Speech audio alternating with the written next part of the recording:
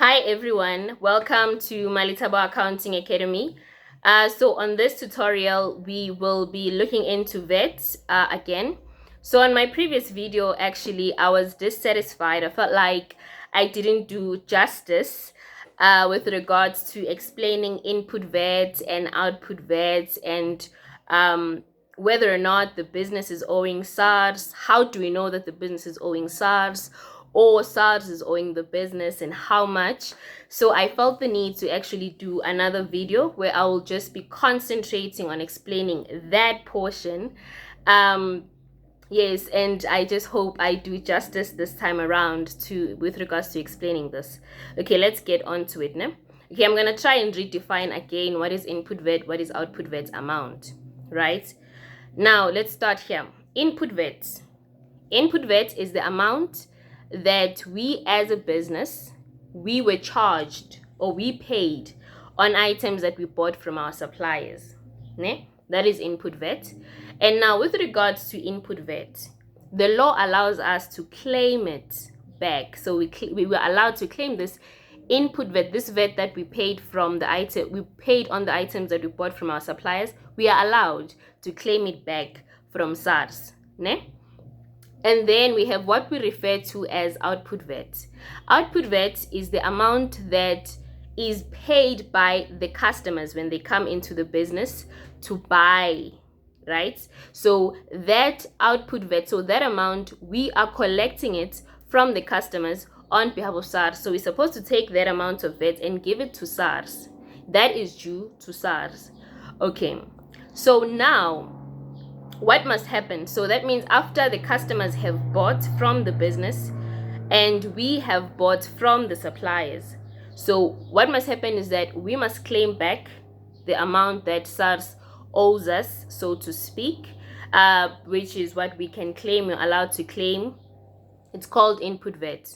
And then remember, we have collected this output VAT amount from customers and we need to give it to SARS. So that means SARS is owing us a certain amount of money, a certain amount of VAT money, and we are owing SARS. We need to submit this now, money that we collected for SARS. So now instead of doing, I call it back and forth, instead of doing SARS paying us the money and then we give SARS the money, what actually happens is, I think I need to use figures so that it can be a bit clearer. Ne? So what actually happens is that we need to look into what we have. Ne? So now what do we have with us? We have the output VAT. So what we have output VAT. So what we can do to make it easier, ne? We need to look into how much does SARS owe us? And how much do we have that belongs to SARS? Ne? And then let's take out from the money that we already have with us. I mean, why not just take out what belongs to us, which is SARS was supposed to pay us, and then take the difference and give it to SARS? Then I feel then it's fair.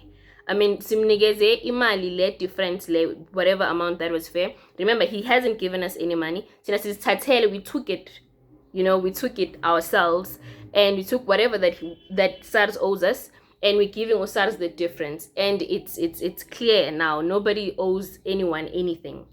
So let me make an example. Say, for example, we collect 60,000. We collect 60,000 of output VAT. So the output VAT amount that we collect from our customers way to, it is 60,000. And then we paid 50,000 when we were buying from our suppliers. So that we paid a 50,000 worth of input VAT from our suppliers.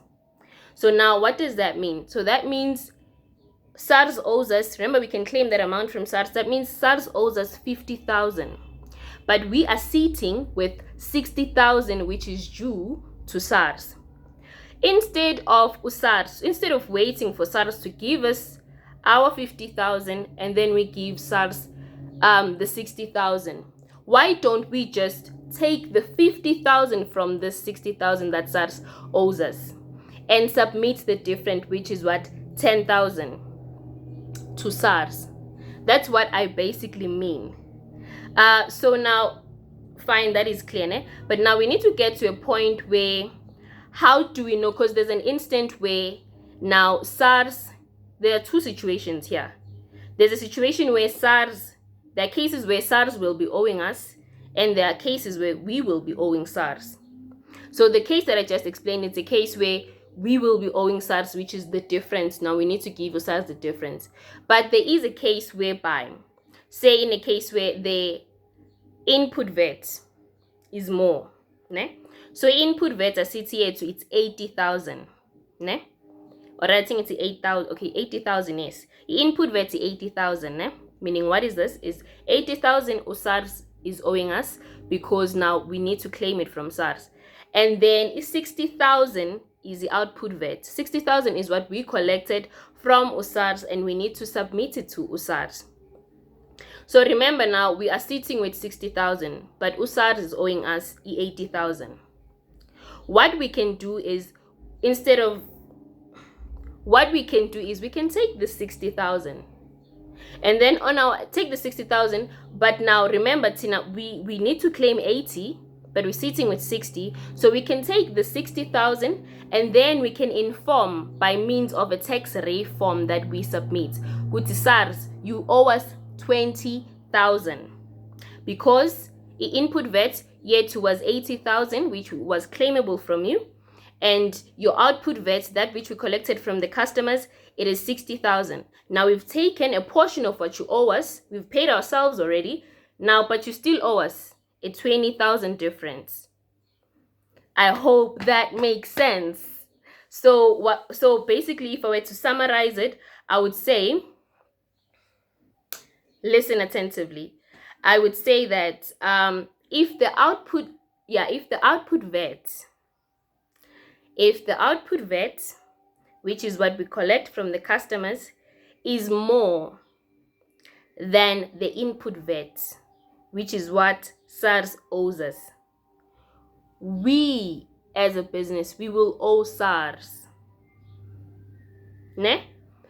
But in a case where the input VAT is more, meaning what we paid to our customers, which is claimable from SARS, if input VAT is more than the output VAT, than what we collected, then SARS owes us as a business.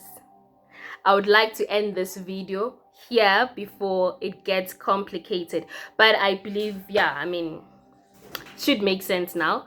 Thank you very much for watching this video, and I just hope I did justice this time around with regards to explaining this. It's really simple. Just take the time and think about it. It actually makes sense.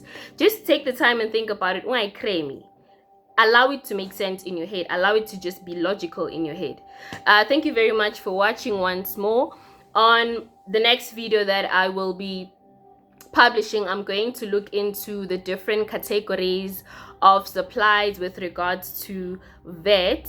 Thank you for watching. Please, you're more than welcome to comment down below in the comment section and ask questions if you need some clarity. Thank you very much for watching once more.